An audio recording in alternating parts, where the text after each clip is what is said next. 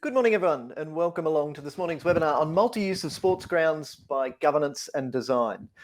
I'd like to begin by acknowledging the traditional custodians of all of the land and the waters where we work, where we walk, and where we live. We recognise their continuing connection to land, to waters, and to culture, and we pay our respects to their elders past, present, and emerging. And as we've got people joining us from all around Australia and New Zealand, obviously that extends right across all country. And it is this land and this country that is the subject of today's webinar, as we're talking about making effective use of sports grounds, multi-use of sports grounds by both governance and design.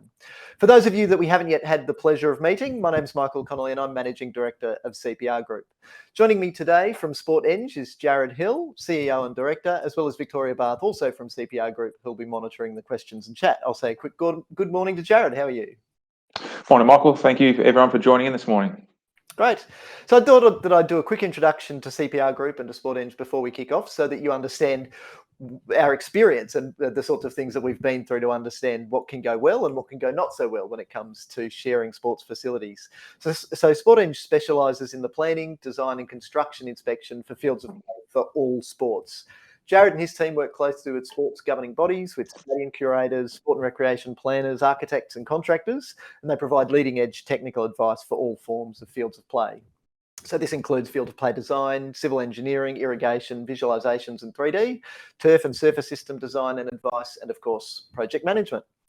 And CPR Group is a leading sports governance, planning and community development provider. For 25 years, our services have spanned all stages of sport and community development projects, where we start with determining need through projects like sport facility strategies and sport and recreation plans, then through planning on projects including master plans, business cases, feasibility studies and land management plans, right through to actually helping the organisations that activate this sport and community land and facilities in projects that cover everything from sports governance, training and advice, tailored constitutions and club plans, as well as policy development for councils for things like what addresses today's topic, sport and recreation tenure policies. So between us, we've certainly seen what can go well and what can go not so well when councils don't get multi-use right. So let's have a look then at why multi-use is such a hot topic and why we've had such a good response to this topic and why so many of you have chosen to give up some of your time to join us this morning. Sharing sporting facilities makes perfect sense. Of course, it's logical. We've got one club that plays on an oval field in winter, another club that plays on the same shaped field but across summer. So let's simply stick them together. What could possibly go wrong? Well, because you're here, you're no doubt aware of what can possibly go wrong. It turns out quite a bit. The ever-increasing demands on what is a limited number of fields all too often leads to situations where conflict arises over shared sports facilities. So this conflict can be between the clubs that share, and it can be conflict between clubs and councils, and it can be between councils and community. And it takes all forms. So we've been called in to mediate negotiated solutions to conflicts over almost every issue, from line marking on fields to who owns the soft drink in the fridge. And when tempers boil over, things can get nasty. It can lead to shouting matches in the car park, through to what we've seen, even deliberate vandalism of fields and buildings, just to make life difficult for the other sport. In a recent case, we saw a committee member from one club deliberately sabotage their own playing field at the end of their season by literally dumping a truckload of boulders on the field just so that the other club couldn't use it. I'm talking about cutting your nose off to spite your face. Although we've had plenty of other stories where we've got the teams on the same facility training together and belligerent footballers just running straight through cricket or hockey training activities, putting everyone in danger. But the conflicts can also take other forms as well, where we've seen examples where we've got two clubs that are almost forced to share a facility, which means that by their local council, which means that the head lessee of that facility feels where they're in a position that they can't be the steward that they should be able to be under their leasing agreement with council. So what we'd like to cover this morning is what we think it requires to make multi-use work. So this really starts with facility design that is sufficient to cater to multi-use, maintenance programs that suit multi-use and suit an intensification of use where necessary, and objective standards, so objective rules for how different groups or different sports are to share. So that's policy leadership on behalf of council as well. So these are then the points that we'll be going through today. Before we launch into these areas, however, I just thought that I'd touch on some things that we won't necessarily be covering. So this session is about multi-use of community sports land in particular. So that is land that is typically owned or managed by council, and if it's managed by council, it's often on behalf of the Crown or the state. The design principles that we address today will be relevant across all forms of facility sharing, as will most of the governance principles that we discuss. But we won't be going into detail today about shared use of school sports land. With school land, there are additional layers of departmental considerations and other layers that we need to consider, including some legislative compliance. So we'll save that topic for another day. We also won't have time to go into detail about maintaining the viability or sustainability of the clubs that occupy sports land. Bob will touch on it. How clubs run their businesses and their charging models and their revenue streams and their approach to funding and grants is key to their operational success at all sporting facilities. But again, we'll make that the subject of a follow-up session. So I'd now like to introduce Jared Hill from SportEng, who will be taking us through a presentation on all about the design that suits multi-use of sports fields. Jared. Yeah, thank you, Michael. Yes, as Michael mentioned, I'll be talking predominantly around the design components of multi-use facilities, be it a standalone element that is shared by multi-sports or a overall facility that has multiple elements to it. So I'll be talking about predominantly the design, a little bit about pre-planning and how that impacts the design, and then touching base on the maintenance element of it as well. So really, a lot of the conversation around multi-use is really coming around as a result of the urban densification. You know, for rewind 20, 30 years ago, we would have a standalone facility that would be used, as Michael alluded to, 2 teams for cricket and AFL, and that's all that facility would be used to. Fast forward to where we are now, and we're asking a lot out of our facilities. That same facility that might have been cricket and AFL will also maybe have soccer training on it, might have now a netball, tennis court in a corner of it. So we're asking a lot of these out of these facilities now. And you know, this is a snapshot here of some of these figures here from some of the strategic plans from football across the East Coast, and you can see the demand on the facilities and the increased participation and the required new pitches. You know, in Victoria by 2022, they need an equivalent of 420 new pitches. In New South Wales by 2030, additional 700 pitches, and Football Queensland in excess of 100 pitches by 2024. So this just gives you a snapshot of one of the sports. Add to that AFL, cricket, netball, tennis, and they're all wanting more land. And as we know, there's not enough land to continually use. So particularly for new for existing municipalities. So I just want to touch base on that conversation around the developed and the new municipalities, and sort of give you a little bit of a highlight of the different streams. And you probably, a lot of them are pretty common sense in regards to a developed municipality has constraints on the land availability. There's already an expectation of the improvement of the venue because clubs have already seen other clubs have their venues upgraded, so they're expecting the same. There's already established user groups, which Michael alluded to, can be very difficult to deal with. And outside of the sports, you've got the dog walkers, which is one of the hardest user groups for a council to really curtail and actually identify the amount of use that they have on venues, because they can actually have a fair amount of use and which can be detrimental to a natural turf in particular. And then on the other side of that conversation, you've got new growth area corridors, which have the land. They just need to have a bit more foresight, learn from the past, and make that allowance for adequate space for these multi-use venues. But they're all got different issues, different situations. But the same issue is that everyone's trying to do more with less. We're trying to get more content onto a smaller area. So whether it be trying to get more natural turf use, more synthetic, more everything, it's all about trying to get more out of less. So I just put together sort of 6 steps that I sort of came to the forefront of my mind when I was thinking about a multi-use, either field of play or a venue itself. I'll go into detail on one of them in particular, but these are sort of, some of them are common sense again, but there's things that from a consultant that really stand out for mine. And the first one's getting the brief right. From whether it's a redevelopment of existing one or it's a new venue, really articulate to not only the design consultants, but more importantly to the stakeholders, what they're going to get at the end of the day. How many hours of use has been expected for that venue?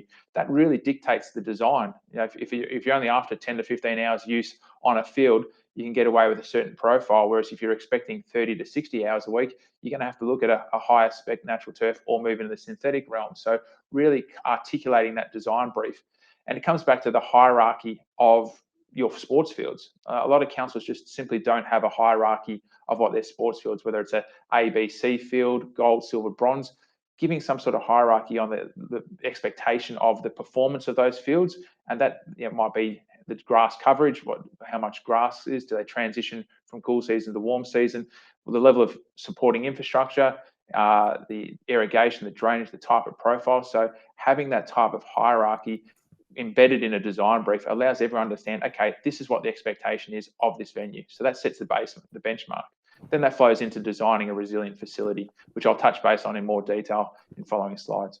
As I alluded to earlier, having that foresight in the planning. So don't just design for the now, design for the now and a little bit of the future. You obviously can't plan for too far down the track, but have a little bit of foresight around what that might do to your design, whether it be implementing an ability to upgrade lighting, future lighting, carrying capacity of the ground, readily have a natural turf, being able to convert into a synthetic if needs be. So have a little bit of foresight around what that facility might be used in that multi-use space.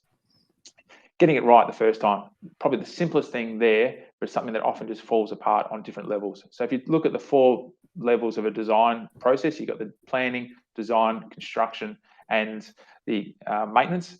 If you fail on one of those 4, you can have detrimental impact on the performance of it. So getting it right at the design. Do you need 1 field? Do you need 2 field? Can it be multi-use? Get that right. Design, make sure the design meets the design intent and the brief. From a construction, making sure that quality assurance is there, that you're getting a great outcome at the end of it. Because at the end of the day, if you mess up all 3 of those, the poor guy maintaining it is going to be having to put a Band-Aid on every issue that gets up. And unfortunately, unlike a building, most of these facilities in a field of play sense, it's not an easy fix. So it's not a case of you can retrofit a building and put an extra beam in here or column or something. If you've got poor drainage, you're always going to have poor drainage. So getting it right is fundamental to the success of any multi-use venue.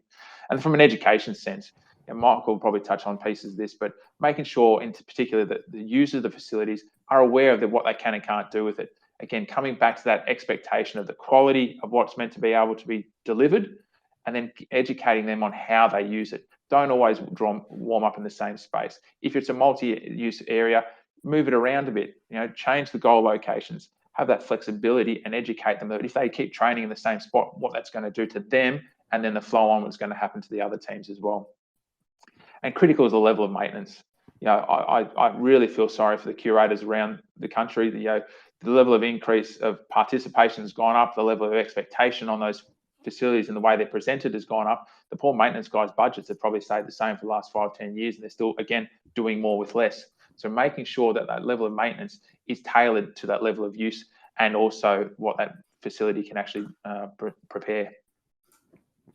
So, Jared, I thought that it might be a good opportunity here if we just launch a quick poll to ask everyone, does their council have a ground hierarchy scheme? So we've got a few options there for people to pick. If you don't know, that's fine. You can tick that one. If the answer is no, that's fine. You can say that. Yes, but it needs updating is another one, or yes, and it's great. So the answers are starting to come in nice and quickly. Yes, but it needs updating is coming second after don't know, which is first. There's a few no's in there. Not many that are great. So still don't know is leading there. I mean, and that's a critical thing, Michael. If you don't know what that ground's meant to be prepared to, how do you expect a third party to maintain it or a club to maintain it? You're wanting to hold people accountable for things, and if you don't have a benchmark to where it's meant to be and have KPIs that can then report back to those benchmarks, it's very hard to keep people honest if you're getting a third party in there, and even the club's keeping the council honest. So it has a flow-on effect if there's something simple that can help, have a good conversation across all different levels. And it set that level of service to begin with by understanding where it begins. Now, I just want to dive into the design component, and apologies. I speak about the cake tin analogy in a lot of my projects, and probably one day I will get a better image of it. But effectively, I like to describe field of play design as a cake tin. You've got a good firm base and the sides, so that contains your profile or your pavement. Then you've got the cake mix itself, or the profile or the pavement, and any associated infrastructure. And then the icing on the cake is the surface on top. So again, I'll talk through those three things in particular, talking through how that builds resilience for a multi-use, because you're going to be putting a lot of content on there, and as we're saying, doing more with less. You really need to get all of these fundamentals right. So firstly, it's around the shape of the cake tin. So what shape best suits the sports or venue or facility? So we got stuck in this mold of the traditional. We need a rectangular sport, so we're going to deliver a rectangular outcome. We need an oval, so we're going to deliver an oval outcome. We need to move away from that traditional train of thought, because it doesn't allow a lot of flexibility, doesn't allow a lot of multi-use. So thinking outside the square around what shape is best suited for this field of play and overall facility. So here's an example here. Rather than a standalone rectangular area, it's a square pad that allows you to, in this case, be synthetic. Has a full-size pitch in one way, has 2 3/4 in the other way, has some small-sided, so you can really multi-use depending on the level of use. Or you can have a traditional setup on the right where you've got 2 standalone pitches, but then a large tablet that, yes, is line marked for soccer, but can be used for everything else. We're looking at winged ovals, so two soccer pitches side by side with an overlay. So again, that actually gives you options to 3 sports. Now, how you plan and use that throughout a season, but it gives you access to AFL cricket, and soccer, and potentially rugby. So again, choosing the right shape for your field of play really can unlock a lot of that flexibility and that multi-use aspect of it. And if we talk about the cake tin itself, as I alluded to, it's the base, getting the nice, strong, firm subgrade to work off. So the images to the right, not ideal subgrade. It might settle over time. It might be a reactive subgrade that will heave if moisture gets into it. So getting your engineering principles right at the subgrade level really builds that resilience for the longevity of that multi-use facility. And then something simple around the perimeter, that again, that cake tin edge, you're containing your profile. You're not letting any environmental impacts from the side come in. You're preventing tree roots, dry out of pavements, whatever it might be. But again, you're helping contain your profile and preserving it. So again, get your shape right, get the cake tin right, then you move into choosing the right profile and pavement, which is the recipe. So again, so you've now created the foundation for your field of play multi-use area. Now you're going, okay, what's the sports? What's the hours of use? How frequently do we need to maintain it? A lot of that is dictated by choosing the right profile. So in a natural turf sense, we talk about hours of use, or the carrying capacity of a natural turf field. How many hours are you expecting? So coming back to potentially your hierarchy, if you're only after 10 to 15 hours a week, you might get away with a sand slit or a sand carpet scenario over natural soils. If you're at the other end of the scale and you're wanting 25 to 30 hours a week, you're going to have to look at something more of a root zone sand profile. Then you've got some added additives you can put in, whether it be a perched water table, so the sand profile over drainage gravel, which helps create a perching of water beneath the surface, helps minimize irrigation and increase root depth. That building that resilience into your natural turf through healthy turf really can help you transition sports in and out effectively. And then you've got things like hybrid turf and profile reinforcements, which again improve the carrying capacity and helps deal with the wear and tear of your profile. And then from a hard court athletics track, what's the pavement going to be? Are we looking at a flexible asphalt pavement that is joint free, easy to fix, relatively cheap? Or are we looking at a concrete solution which has concrete joints which will move during thermal expansion or shrinking during the temperature changes, and has high embodied carbon? I'm a huge advocate for the use of asphalt as a pavement source because it is cheaper. It allows a lot more flexibility in the space, particularly when you're talking multi-use. When you get into a concrete court scenario, you do need expansion joints, which then you're dictating where certain things are to try to hide those joints. So in the case of a tennis court, we'll put an expansion joint underneath the net line. But if you then want to use it for something else, you've potentially got this trip hazard there. So by having an asphalt setup allows you to provide a lot of flexibility in there. So again, it's around the pavements and then the associated in-ground services that support not only the natural turf, but the hard courts. So the drainage and irrigation, and making sure they complement, again, back to that hierarchy and the ability to deliver on those outcomes. And then finally, I guess probably the most important thing, that what everyone sees and covers all the great stuff underneath, is your ice cream, is the surface. So if we're talking synthetics, acrylics, natural turf, there's a range of options. And again, it comes back to, in this instance, really around the level of use and the multi-level of use of that facility. So if you've got a standalone field of play that is to be used for multiple sports, understand that certain surfaces may end up resulting in an individual hierarchy where there might be a poor cousin. So in the case of a synthetic grass there, if you're putting that into an oval that will be used for cricket and AFL, know that it will be suited for AFL and cricket, but it'll probably have a slight negative impact on the playability of cricket. The ball will roll a bit slower, and obviously during summer, it'll be a lot hotter. If you go down to a short pile synthetic, when we're talking about a mixture between tennis, netball, and hockey, you can get a system that complies with all three, but there's going to be a poor cousin amongst all of that. And what I mean by that is there'll be a sport it'll be a hockey product that'll be made for hockey that can also be used for tennis and then can be used for netball. So it'll be competition grade for two of those and training for one. Similarly, a tennis product will be more suited for tennis because the ball will bounce a bit more, whereas it'll be a bit slower on the hockey use. And again, netball will predominantly be just for training. So again, understand that there might be an individual hierarchy in synthetic. It's different to natural turf. With natural turf, you can grow the grass to be longer pile height for rugby and AFL, and then mow it down for cricket and soccer's use. Obviously, synthetic, you can't do that. So once you've set that level is set. Similarly with an acrylic, again, understanding what sports are being put on there. Acrylic is a fantastic multi-use facility surface because if the pavement's done right, it's the easiest to maintain, it's the easiest to rejuvenate, and it's probably one of the most versatile surfaces. But again, no, there's that individual hierarchy in amongst that again. So if you've got tennis and netball, which are often commonly linked together, know that one likes a more grippier surface and the other one likes a more faster surface. So again, there's going to be that quality change depending on the outcome. So know which sport is maybe the more senior and address the outcome there. And again, educate the user groups on those. And then finally, natural turf, as alluded to before, it's probably the most flexible out of all of them in the sense that you can grow it, you can cut it, and you can suit it to the end user there. Again, it has its limitations during winter and summer. So when you're designing a multi-use venue, understand that there are limitations to natural turf. You can't keep just pounding it, particularly during winter.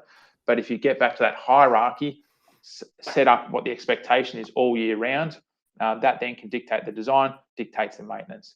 And then the maintenance across all three of them, I can't stress enough. Let's give the guys something to work with. A, getting it right to start with, but B, allocating sufficient funds that they can deliver on those hierarchy expectations. That's great, Jared. Thank you very much. Now, there's a couple of points that have come up there. One of them is you mentioned the hours of use. So you were talking up to 25 and 30 hours of use, and that's a very significant, that has a significant impact in the sort of base that you lay down. So the building the sports facilities literally from the earth upwards. Are there other factors apart from the expected level of intensity of usage based on the number of hours that would come into consideration there for choosing, when you're building a new facility, choosing how you start? Well, if you break down the fundamental three components of a natural turf field, you've got the natural turf surface, you've got the profile, and you've got the in-ground services, which could potentially be drainage and irrigation. So it might be four. Natural turf needs so much daylight, not so much irrigation, and a profile to grow in. So that's a non-negotiable outcome. Your flexibility is really around that profile. So that's where you're going to dictate. So if you want a high quality outcome, those hours of use, that will dictate the profile that you go with. Irrigation should be non-negotiable across the board, whether it's a high quality or a low quality. If you want grass to grow all year round, you need the same uniformity coverage. You might have a little bit of bells and whistles on the higher level one where you can change the level of control, but the same amount of irrigation coverage should be the same. So there is some scalability in the profile and associated drainage, but sort of the turf, you can get some different turf variants, obviously, but the biggest variability is the profile, and that's linked to hours of use. Great. And one question that I was certainly expecting to come up has come up. Will synthetic fields take over in the next 20 years and will grass I hope remain not. far use? I hope not. I'm probably one of the rare people that sit on the fence in this. I do design both natural and synthetic definitely has a place. I think synthetic in a multi-use venue that has multiple assets is a key component to the success of that overall venue. So if you've got 3 or 4 fields in one location, ideally have one of them as a synthetic. That's the one that you can hit all year round. If it's raining, you can put the training onto that. If one of the grounds is off getting some turf recovery, you can move training onto that. So I'd hate to see a plastic field everywhere, but they do serve a purpose. So it's getting the right mix in a larger venue that, it can be the one that you can really hit hard. And then when everything's going well, everyone will move out to the natural. But when we need to, you can push on one of the synthetic. Because getting back to when I was talking about the densification, those targets, the equivalent pitches for those soccers, they talk about equivalent pitches. Well, a synthetic pitch is about equivalent of 2.5 of a natural. So that's because the carrying capacity is so much higher. So it does serve a purpose. But before you pull the trigger on going to a synthetic, make sure you know why your natural's not working. Don't just say, hey, it's not working, we need synthetic. It might be, hey, it's not working because we've got the wrong profile, we don't have enough irrigation, or we don't have enough drainage. So before you pull that lever, understand why your natural is not working. Great. And to finish off, I suppose there are a number of other factors that provide extra layers of complexity when designing from scratch. So when determining what sort of field your field or field of play you're looking to put in. So they can be things like reconditioned landfill sites, and obviously, as we've recently seen here in Queensland, we build our sporting facilities on floodplains. So obviously overland flow and flooding are other considerations to take. Yeah, 100%. I mean, I simplify the description of a field of play by the cake tin, but you're right. 9 times out of 10, the grounds that we're building these sports fields is no good, because if it was any good, they put a building on it. So, it's floodplain, reclaimed, reactive clays. We have to deal with probably the worst when it comes to fields of play. So there are other factors. Yes, it's not just simply you grab that cake tin and put it anywhere. There are lots of things that happen underneath that cake tin that you need to take into consideration as well. Wonderful. Thanks very much, Jared. So there have been some questions coming in. If you've got further questions that you'd like to pose to Jared or to me, please do so. You can put those in the questions tab over to the side. When we get to the end, we'll come back and have another look through those. But if there are any questions that we don't get to today, then we will get back to you afterwards as well. So I'd now like to go into more of the operation. So some of the other questions that have come up as well have been around the sharing from a season transition standpoint as well. So that's certainly something that comes in when we say, right, so we've got the facility built, but now we need to add the complex overlay of having people using that facility. So that's where I'd like to touch on now. And I really think that where this starts is from a position of leadership. Now, to make these facilities work, it does take very strong leadership from council, and council is the landowner or the land manager.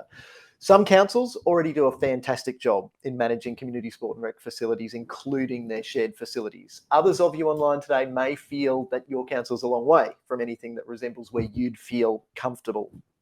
Our experience is that there's no one right model for how everything can work. And this is because of many factors. It can be simply because of the balance between freehold land and land that's held in trust for the state or the Crown.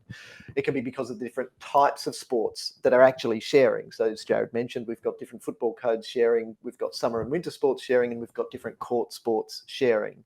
So all of those can change the way that the model that we build around our sharing.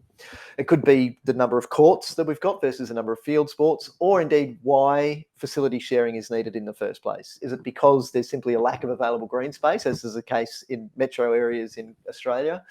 Or is it because there's a lack of money to maintain multiple sporting venues in regional or remote areas? Or is it a lack of resources? So resources could be water. Do we have limited availability of water for irrigating our fields, and so therefore we want to have as few as possible? Or is it something as interesting as, like is the case in Mount Isa, there's literally a lack of topsoil available to be able to build the field profiles? So if you're from an area where everything is already great, then this will be an interesting expose of where other councils may be struggling. But if, however, you don't feel that you've got everything right yet, then this session will at least give you the comfort to know that you're not alone and to start the journey of exploring what changes you may be able to make. A word of caution, though, just like when anyone implements anything that's new, if you are going to do something like change a tenure policy or change a policy that manages the way that facilities are shared, it's always best to phase those changes in, including telegraphing the changes that you're going to be making over time so that everyone knows what's coming beforehand, rather than it just being a big change, which can cause trouble in what we call the court of public opinion. So as to touch on the questions that have been asked about the season changeover, in some cases, sharing is managed at a state level. So Cricket Victoria and AFL Victoria, in collaboration with the government as well, have actually established agreements for the shared use of facilities between AFL and cricket right across the state. Likewise, Cricket Victoria and Football Victoria did a similar thing, and they've got arrangements, and that was particularly through the post-COVID return to sport. But as we can see by the questions that are coming in, this is not the case everywhere. And it's not just a discussion about season changeover dates, though. There are plenty of considerations that councils need to make when it comes to how best to implement a process of facility sharing from a governance perspective. So where should you start? I think the best place to start is to have a very clear picture of what I call council's philosophy. So that's how you approach everything that frames up your facility sharing concepts. So if we begin, we look at demand. So why is it that that you have demand for new facilities or for more people to be playing? This really comes down to having a clear understanding of the difference between wants and needs. So when we just do the consultation component and we talk to the clubs about what they say they need, really what we're dealing with are their wants. So clubs tell us that they need things, but really it's a want because they've got a reason to want it. So we need to understand that, but we really need to understand that on the basis of how that compares to a data-driven analysis that says what the actual needs are. So these are the sorts of data-driven analyses that we do when we do things like a facility demand strategy for council and for state sports organisations. They compare Ausplay data with local participation data and local trends. That looks at existing supply, it looks at facility capacity, it looks at population forecasts, and then we can come up with a true and, really importantly, a defensible sports facility need for, say, the next 20 years or even out to 40 years. Using that real data, which of course also includes the input from the user, so we understand not only what they're telling us that they need/want, but we also understand the underlying reasons that that's there. So what growth are they experiencing? What are they doing that's really good? Are they doing some fantastic marketing initiatives that are creating great growth? Do they have growth in increasing female participation in traditional male-dominated sports? Are they building up inclusive sports programs so people with disabilities can participate in their sports as well? So once we understand that, then we've got the full picture, and that gives us a true understanding of what demand actually needs.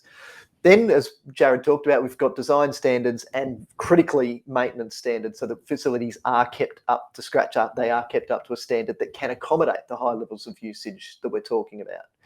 And then we get into a big one, the desired cost recovery model of a council. So this is really important, wherever a council chooses, and by council I typically mean the elected representatives of a council, wherever a council chooses to set its cost recovery model, it can work, so long as it's a deliberate decision and not just a decision that we've inherited over what's happened over the last 50, 60, 100 years. So for example, is a full user pays model really possible?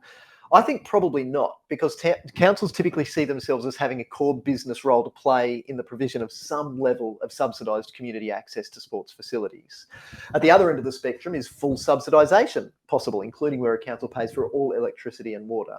Okay, probably, but you've got to remember that this would have an impact on the entire rate base. And before you offer complete subsidies, you need to consider how much you want clubs to have skin in the game.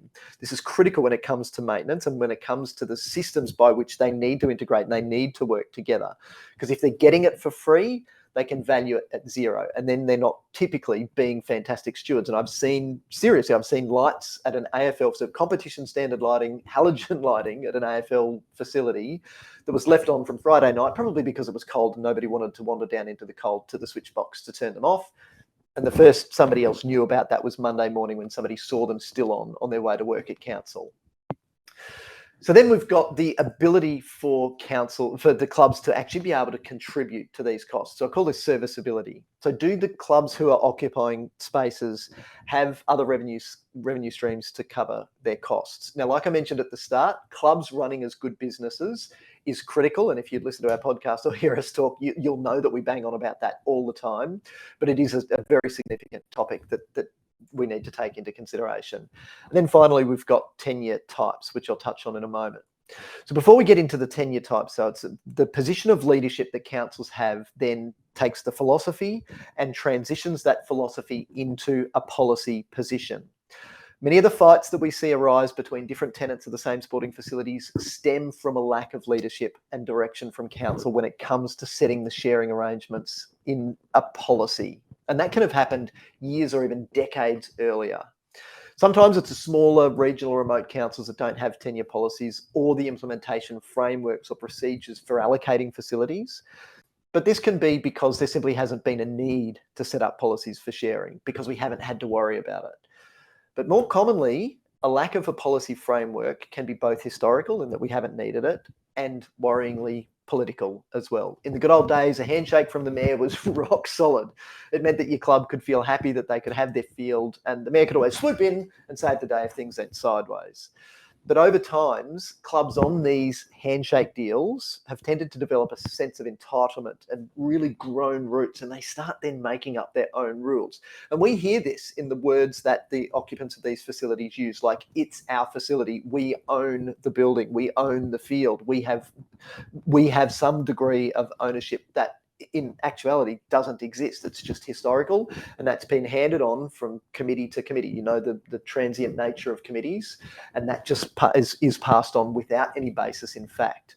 So informal agreements between councils and clubs are typically full of holes, and then it leads clubs into a position where they can have unreasonable expectations on council with no accountability. Then when you bring in another second, third, fourth tenant to the same facility, sharing the same clubhouse, car park or field or court, then it's no wonder that it ends up in shouting matches in car parks.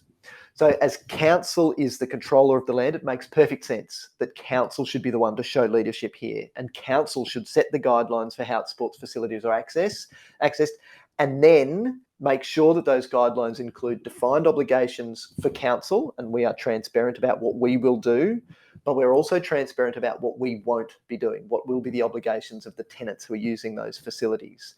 And this one is often missed.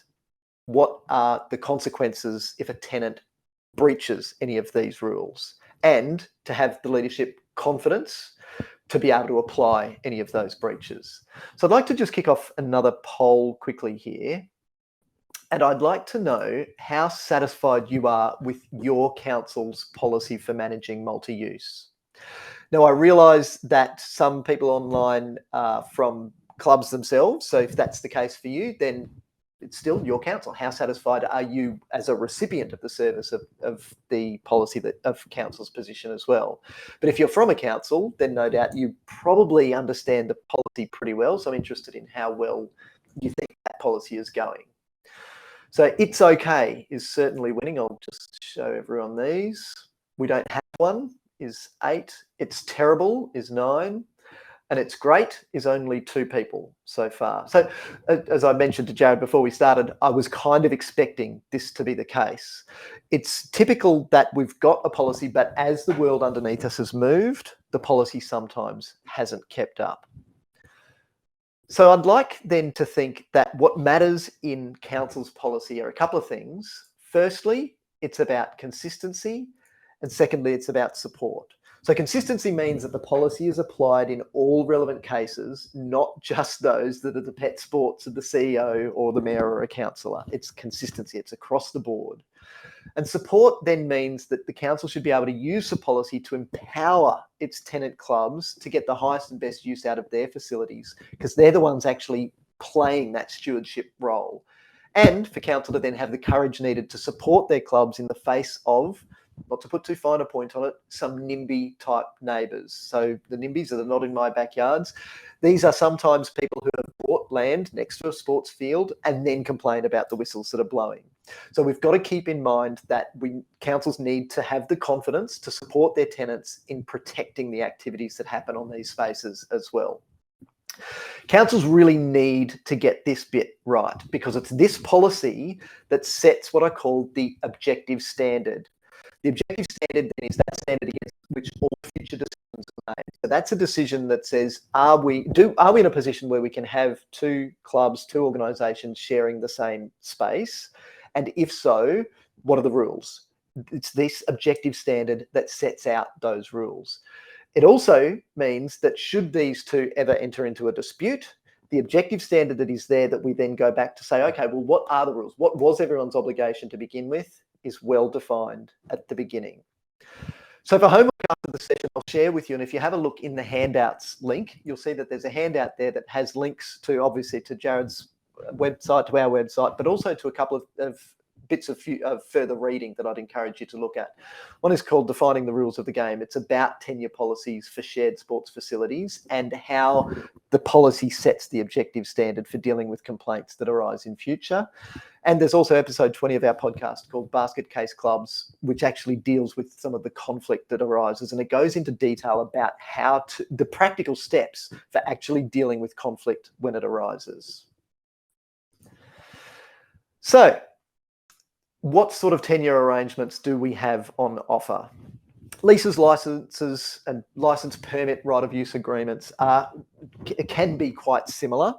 It's then how you interpret each one of these. But I see a lease as basically a divestment. So when a council leases a sports facility to a club, it is divesting that land for the term of the lease and handing asset management to a certain extent, as defined in the lease, over to that tenant organisation. Licenses, permits, right of use agreements and management agreements are a subset of that. So there are probably limitations in the obligations of clubs in those cases where there is a high level of input from the council. Or then we get into seasonal bookings, which is much more like a hiring arrangement. And so underneath that, we would have just irregular hire for events and activities, so maybe one-off hires. But a seasonal booking says you have right of access from this date to this date, so typically summer season and winter season. But when you've got a seasonal booking, that can also mean that it's council that is investing in the facility maintenance predominantly as well.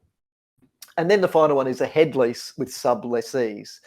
A variation on this one is where we might actually have different organisations that are running the facility and running the sport.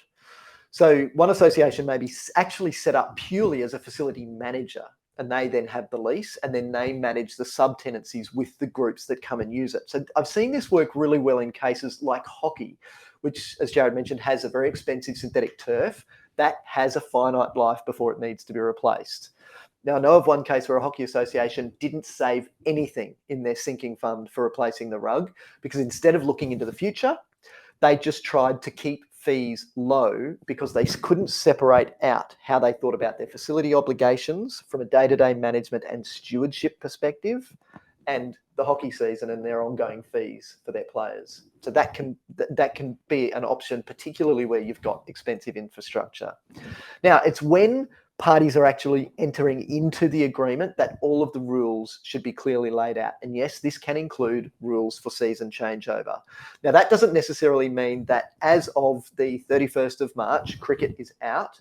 It can mean, as is the case in Victoria, that as of the 31st of March, as Jared said, it's the hierarchy of sport transitions from the summer sport into the winter sport. So if there is pre-season training happening for the winter sport before that changeover date, then the hierarchy says, well, you need to fit in when you can underneath cricket. And then that flips over to being the other way around afterwards.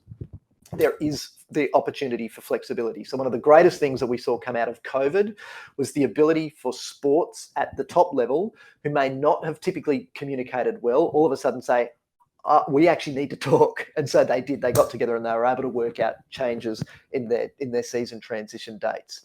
But the reason that I'm saying that it's important at the beginning is it's just like entering into any arrangement. When you're negotiating, is the time to set the rules and be really objective at that point. Buying a house, getting a new job, talking about marriage. It's at this point that we need to lay everything on the line so we understand each other right down to first principles. This is absolutely true for sport. So it's more of a challenge then to build agreements in when operations have been going for a long time. However, that being said, if you are in a position where your policies are, if I just bring up this poll again, if you're not satisfied, it's okay, as 63% of you, or 10 people said it's terrible. If that's the case, just because it's difficult doesn't mean it's not worth it. So it's still worth the effort, the time investment to put into it, and the consultation to go through that process with your tenant organisations as well, because all of the problems that exist now are likely to continue unless we say, right, the big fix is that we're going to move all of those clubs on mayoral handshakes on, and we're now going to say, this is the policy, this is the philosophy, and this is how we're going to do it. That there are a number of other considerations, things like commerciality, how you're going to deal with PTs coming and running on a space for rugby league, for instance, so the personal trainers who are making money out of community land. Not saying it's bad, it's just saying let's have rules for it. The same with licensed venues, where we've got clubs that run a small canteen, that's fine, maybe even a bar. But when they become larger licensed clubs, even with gaming machines and significant licensing, then they're competing in a commercial environment. So it's okay to say, well, we don't want a one-size-fits-all model because we don't have one size of club. We've got small grassroots clubs who are doing a fantastic job at grassroots level, up to massive clubs that are competing with pubs at the highest level as well. And also setting the charging models. When setting your charging model, I encourage you to take the advice that my accountant gave me one day. He said, Michael, if it's too complicated to sketch out on the back of an envelope, simplify it.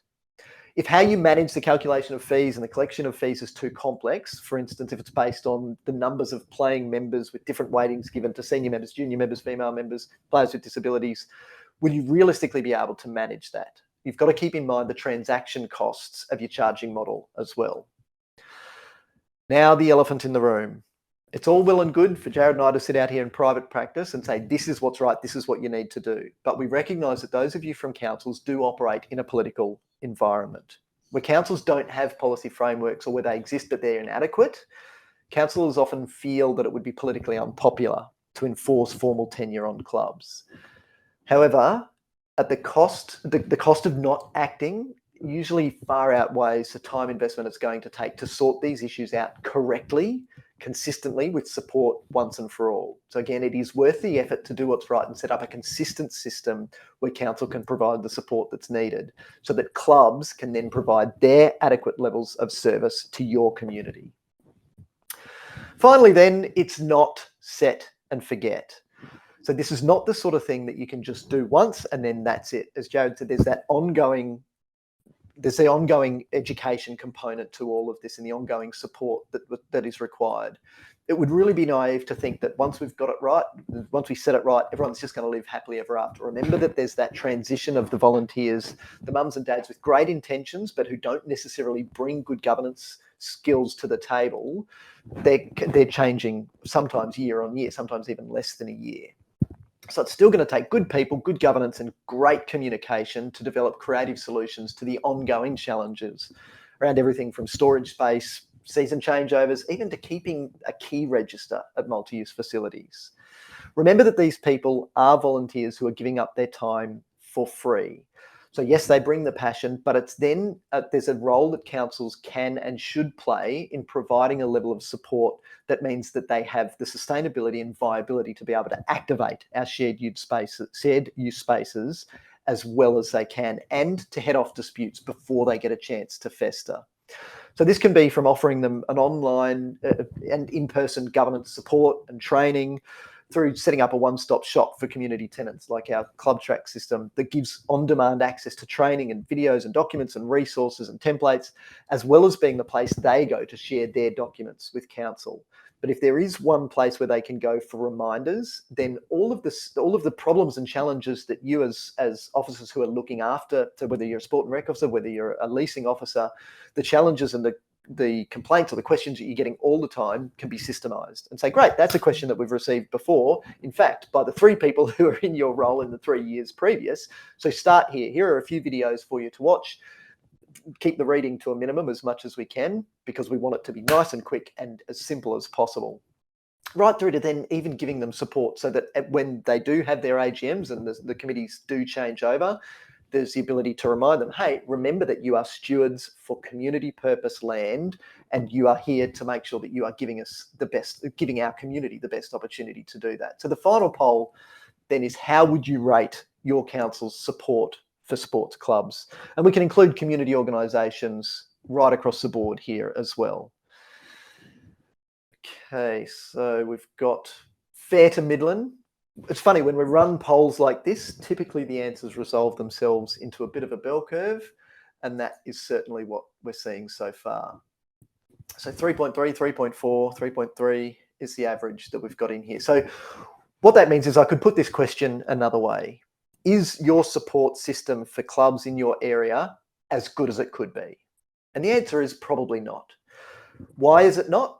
Is it not as good as it could be because you're spending so much time fighting fires? Because the complaints that come to you around shared use facilities have an element of urgency. We've got to get this solved. So we're fighting fires and we're dealing with the symptom rather than taking that step back that's required and saying, hang on a minute, there's a bit of a correlation between the star ratings that I'm seeing here and the ratings that we gave to our policies a little while ago. And to say, let's take that step back, put things on hold for a little while, and get the big picture right to begin with. And that critically includes that setting that objective standard. What is it that we will be testing every decision against that we make from now on?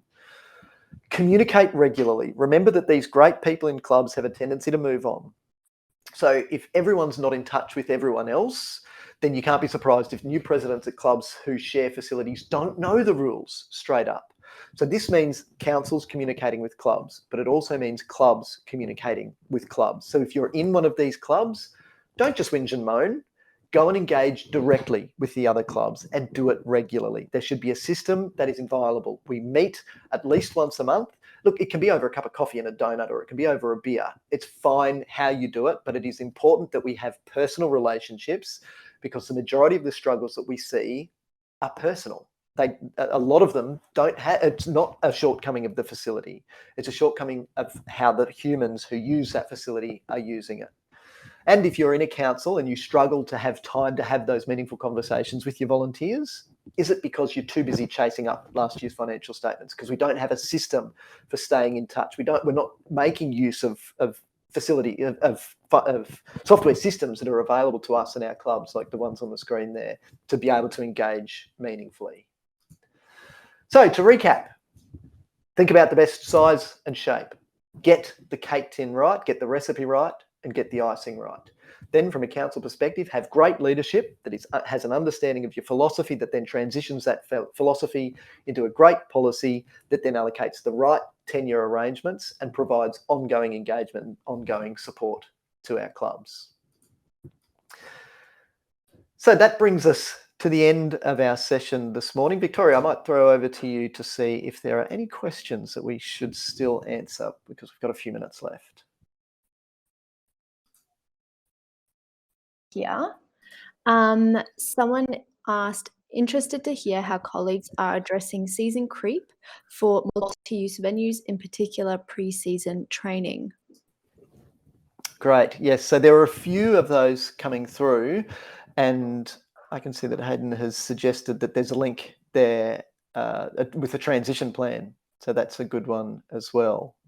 So yes, there's not one right way to deal with that, because it does need to have flexibility in it. If we have a particularly wet summer and the summer sports season needs to creep into the winter season, then there needs to be a structure around that. But recognising that that's going to happen means that all we really need to do is have a system for dealing with it.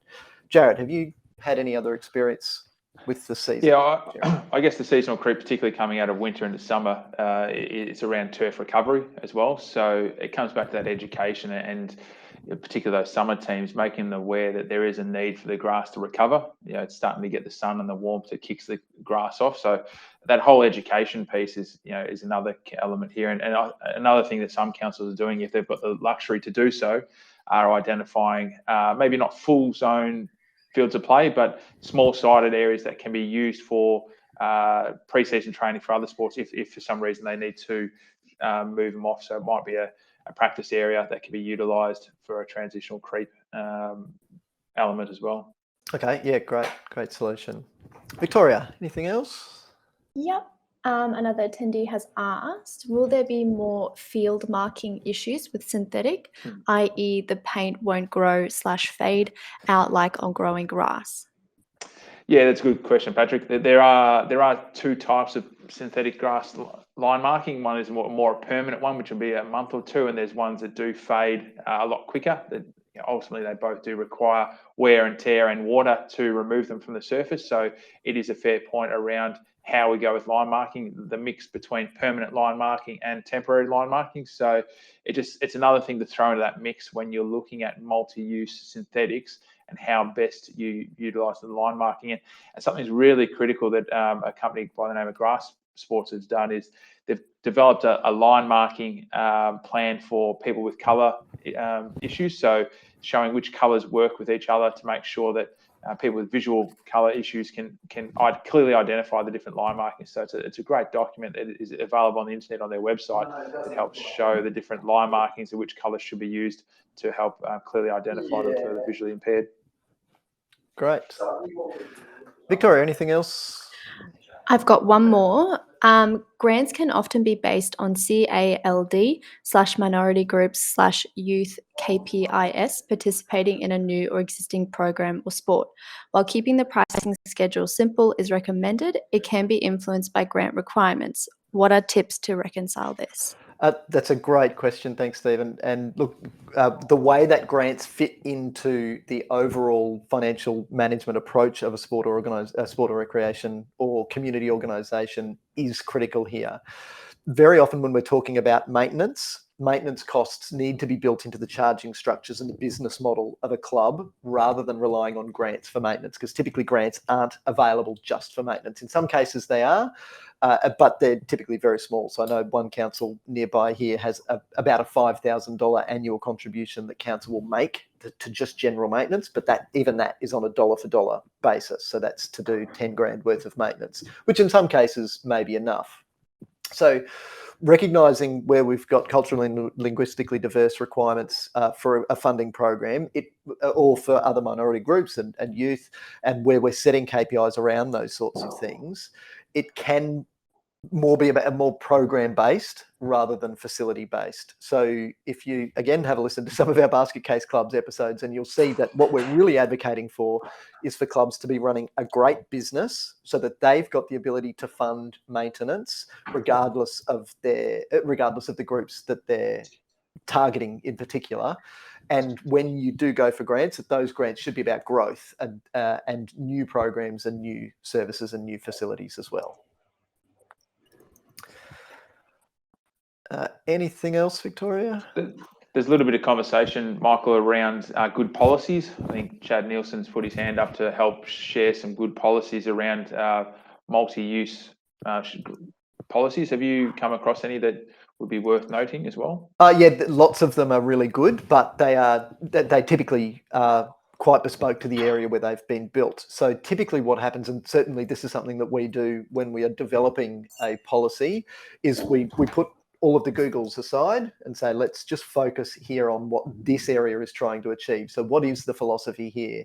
And if you just put your chips down purely on the cost recovery model and say, are we looking at a full cost recovery model, or are we looking at a full subsidy? It's somewhere in the middle. But as soon as we say, boom, this is where we are, that yes, we're going to recover some costs, but this is how our council wants to contribute and be seen to be contributing, then we can build everything around that. So we set that philosophical position first and then build a policy around that. Because typically what happens if we go to the Googles and find other policies first, then they can put blinkers on and say, well, this is right, this is what worked. And it might be a very similar geographic area, similar demographic area, similar socioeconomic, socio-demographic profile area, but the people who are in control of that philosophy may have a different position. So set that first and then go and pick the eye teeth out of the other policies. So lots of them are great.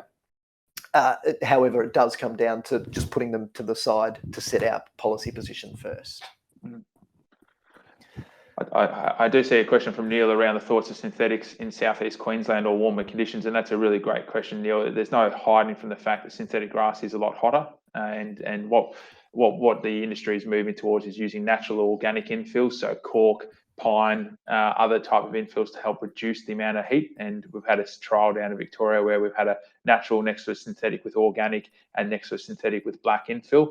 And yes, the synthetic with organic is hotter than a natural, but it's not significantly hotter. So the industry is moving towards ways to try to cool them down, so that there are options for that as well. And of course, the soccer cynic in me says, don't fall over so much.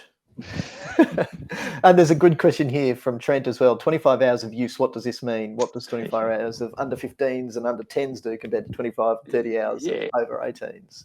Yeah, Trent, that's a really good question. I mean, it's probably an old marker that we've used and we're trying to move away from. So it's typically hours of use of a full team of senior adults playing on it. So if you're talking an AFL, hours of use on AFL, it's 2 to full teams. So you're right, the smaller the juniors with flat-soled shoes, that does impact it. So the language is starting to move towards more people per square metre per hour, and that's where the science is heading towards, because you're right, if you've got a soccer field that is set up just for seniors, it's completely different to which is set up a soccer field which is set up and cut up into fours or halves. So it's a starting point, the conversation around hours of use, but you're right, it's more around the full pitch and full usage by senior adults at this stage.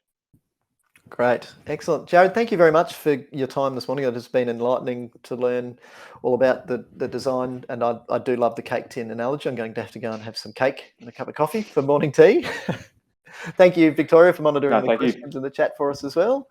And thank you to all of our attendees. As you leave the session this morning, you'll see there's a short questionnaire for you to fill in, and there's an opportunity there to let us know if there are any other topics that you'd like us to address in future sessions as well. We do try and run these sorts of things proactively and reactively. A recent one that Jared and his team ran was in flood recovery shortly after the floods here in Queensland and New South Wales earlier this year. And there's plenty of other information that we do share regularly on some of the policy development type topics, and of course clubs running as the great businesses that they should be. So thank you very much everyone for your time all around Australia and New Zealand, and we look forward to seeing you next time. Jared, thank you as well. Thank you.